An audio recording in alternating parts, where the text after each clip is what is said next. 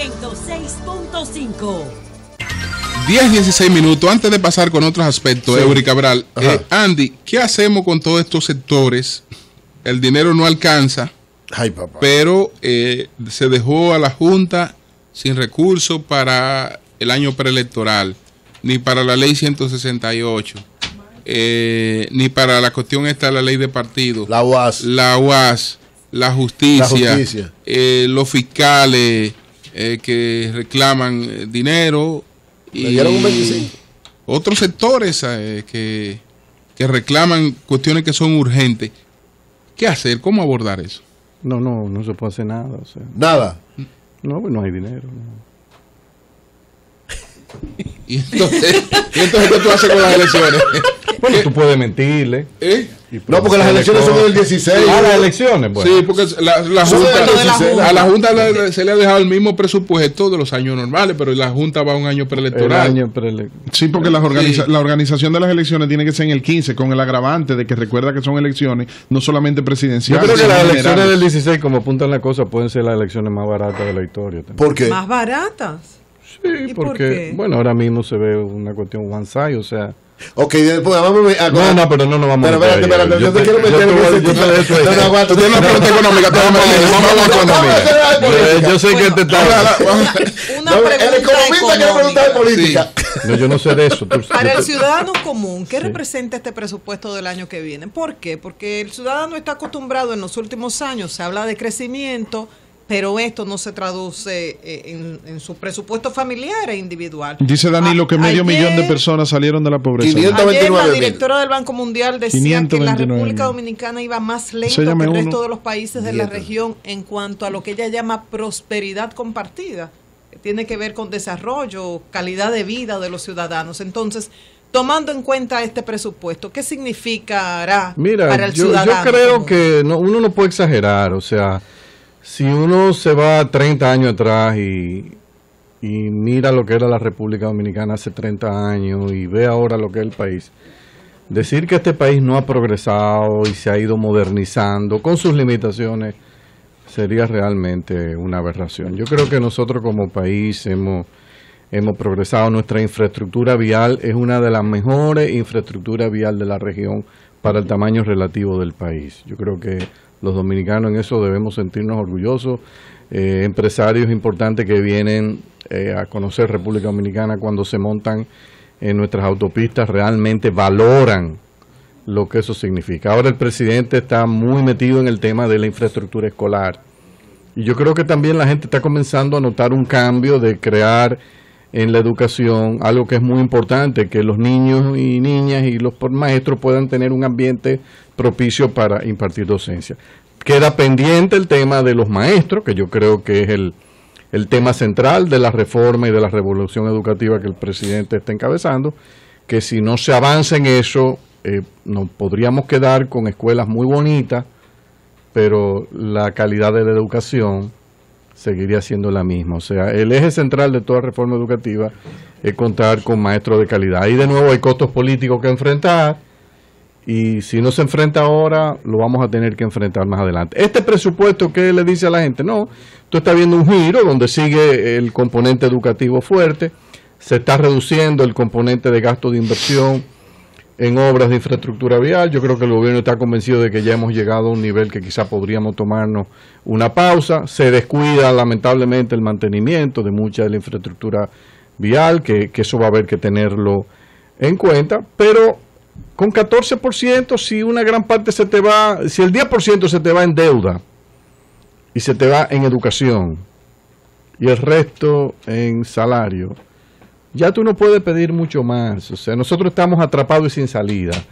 Y estamos atrapados y sin salida porque la clase política, y no voy a señalar absolutamente a nadie, sino para mí en general, porque el discurso es el mismo de todos, es una clase antiimpuesto.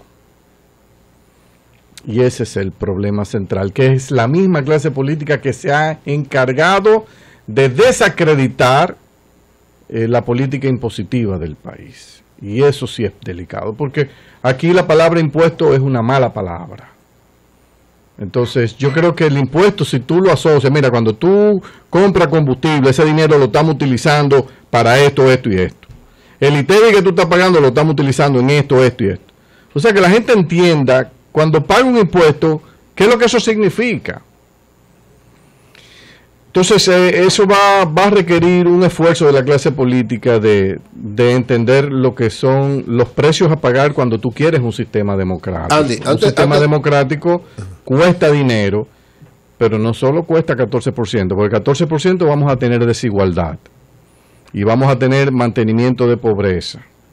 No es verdad que se va a reducir. Y aparte de eso, yo escribí un artículo esta semana que parte del problema también se le está pidiendo demasiado al modelo económico en términos de capacidad para reducir pobreza. Yo creo que nosotros hemos tenido unos problemas metodológicos en el cálculo del crecimiento, que esta economía ha crecido bastante, pero no tanto como se publican en las cuentas oficiales, y que cuando tú corriges eso, esos resultados que te dan del crecimiento realmente que tuvo lugar, sí son más compatibles con la dinámica de la deuda que hemos visto y de la pobreza en el país. Antes de hablar de política, sí. Por ejemplo, los empresarios de Herrera dicen que uno de los elementos en que el gobierno puede garantizar, economizar recursos y bajar el gasto, es una serie de instituciones oficiales repetidas haciendo lo mismo, y que reduciendo eso, cambiando eso, podría ahí lograrse algo importante. ¿Tú compartes ese criterio? Yo creo que se pueden fusionar muchas entidades. Por ejemplo, Ministerio de Economía y Hacienda, eso no tiene sentido. Uno solo. O sea, tú dices que Economía y Hacienda es un solo ministerio. Claro, como en América Latina, en la mayoría de... Y hay otras instituciones, por ejemplo, que se abocan en el para transporte que hay 20 instituciones. No, en el transporte. Tú tienes eso que resolver. Ese es uno de los grandes retos. Mira, yo no sé por qué la clase política no le ha dado más valor al tema del transporte de pasajeros en los centros urbanos, con excepción del trabajo de la línea del metro. Es poco lo que se ha hecho. Yo creo que ahí una de las reformas más impactantes para mejorar, María Elena, lo que tú decías de la calidad de vida de la gente con presupuesto, sería una reforma donde tú a los actuales agentes del sector, involucrándolos a ellos, a que estén en la parte central de la reforma y se puedan transformar en verdaderos empresarios de transporte, tú puedes hacer una revolución comenzando en la capital, lo que es la gran capital, montando sistemas de transporte urbano de pasajeros modernos, con autobuses modernos, con sistemas de tarjeta prepagada, donde no se maneje efectivo, donde tú le des seguridad al pasajero, con vía señalizada. Mira, en Guatemala está funcionando bien, aunque con un alto subsidio. Bogotá está funcionando perfectamente. Y el gobierno que haga esa reforma, que lo que cuesta $300-400 millones de dólares, óyeme, yo creo que se congracia con la población por la enorme contribución que le va a hacer a la calidad de vida. Mira, uno puede estar o no de acuerdo con la inversión en el metro de Santo Domingo, de acuerdo. Tú puedes estar a favor o en contra. Pero el que use ese sistema se siente que el Estado lo ha humanizado, o sea, le ha dado un trato. Le ha subido su calidad de vida. Exactamente, y si lo agradece, tú podrás decir, pero es que esa tarifa es muy subsidiada. Bueno, eso se puede discutir y eso se puede ajustar con el tiempo. Pero si nosotros logramos llevar eso al 90% que no tiene acceso o que el metro en sí no les representa, con un sistema de autobuses, transporte transurbano, óyeme, yo creo que nosotros podemos hacer una gran revolución. Y ojalá que una próxima administración tome esa reforma. Políticamente hablando ahora. Antes de la política, con 10,000 pesos se puede vivir en este no país. No es imposible. ¿En cuánto tendría que estar el salario mínimo? Según el Banco Central, 27,000. El salario mínimo, mira, aquí yo veo mucha gente que dice, aquí lo que hay que subir el salario porque con eso ya resolvemos. Bueno, pero si fuese tan sencillo, yo creo que el presidente podría emitir un decreto y poner el salario mínimo en 50,000 pesos y se acabó. No es tan fácil. Pero es lo que te estoy diciendo. ¿Cuánto desempleo vamos a generar?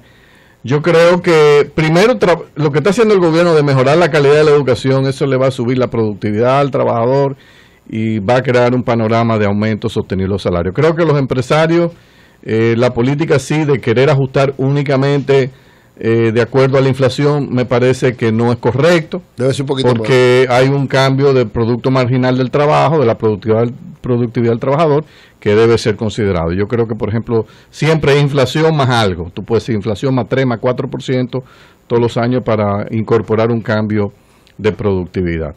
Pero no podemos jugar con eso. Eso es un tema delicado en un país que todavía no hay muchas oportunidades de empleo. Y yo creo que hay que atraer la mayor cantidad posible de capital extranjero, de inversión extranjera a República Dominicana. En términos políticos, Andy, ¿estás tú con la reelección? ¿Cómo ves el panorama político? ¿Cómo ves la situación en cada uno de los partidos? Desde esa perspectiva, ¿verdad? Pensando lo que viene, que el panorama económico que tú planteas es muy sombrío si no se toman las decisiones. Está con Guillermo Moreno. Espérate, no, políticamente no. ¿Hasta qué hora era este programa?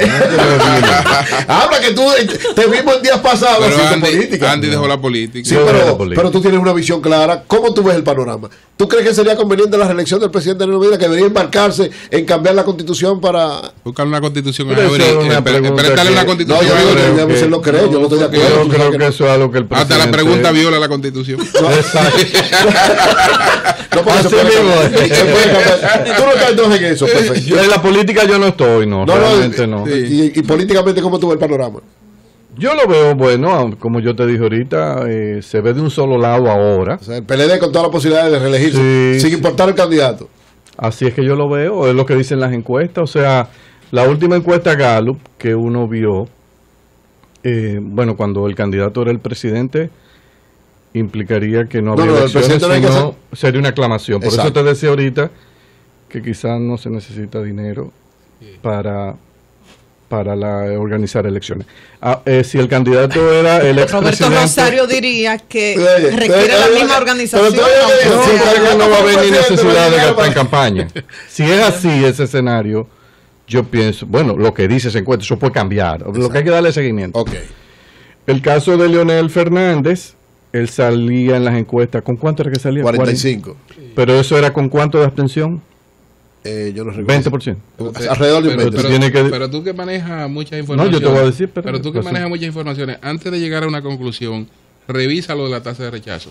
Que esa no es la tasa de rechazo. La que es que se hizo una pregunta y la forma, eso no es el concepto de tasa de rechazo. Ese no es el concepto de tasa de rechazo. Claro, eso se manejó, eso no es tasa de rechazo. La forma en la que se manejó la pregunta no es tasa de rechazo, porque aparece una tasa de rechazo de un 22 y eso ni Leonel Fernández se lo cree. No, pero es que eso ningún político, o sea, la mayoría de los políticos por principio, antes de arrancar, tienen una tasa de rechazo de 15 o 20, para empezar. No, pero el presidente Fernández sabe que está por el 48%. Yo no sé, porque yo no he visto, yo no lo he medido. No te puedo, lo que te puedo decir que, ¿cuánto era que salía que él tenía? 22% de rechazo. No, lo que no es que la forma de la pregunta no era, fue para atenuarlo de la tasa de rechazo. Con 20 de atención, 19. Tú divides 45 entre 0.8, entre 0.8 y eso te da, si tú dejas la atención fuera. O sea que quiere decir que pasa de 50 también. O sea, el PLD está muy fuerte, un partido que está con 50 y pico % de la preferencia. Entonces, la oposición tendría que ponerse la pila, hacer un trabajo más crítico, más agresivo, identificar dónde siente que hay fallas en el gobierno. Y el problema es que hay 3 agendas compitiendo ahí en la oposición y varias más si agregamos los partidos que no están ligados a lo que era el PRD. Entonces ese es un tema muy delicado, pero hasta ahora todo luce que vamos a tener 4 años más del Partido de la Liberación Dominicana. Muchas gracias para hacer reformas. Siendo justo que tú decías que el gobierno era muy tímido con lo del tema fiscal, y es cierto, ese pacto no se ha hecho nada en ese sentido, pero han habido iniciativas donde ha habido asertividad y proactividad. Un ejemplo, aduanas con el tema de los impuestos a las compras por internet. O sea, una medida no popular, pero aduana tuvo el valor de tomarlo, ahora en espera de, están esperando, de una decisión. Creo que eso lleva su proceso, pero eso va a venir tarde o temprano, eso se va a hacer y es correcto que se haga. Pero eso es violatorio. Pues gracias, Andy. Cambio fuera. No, eso no es violatorio.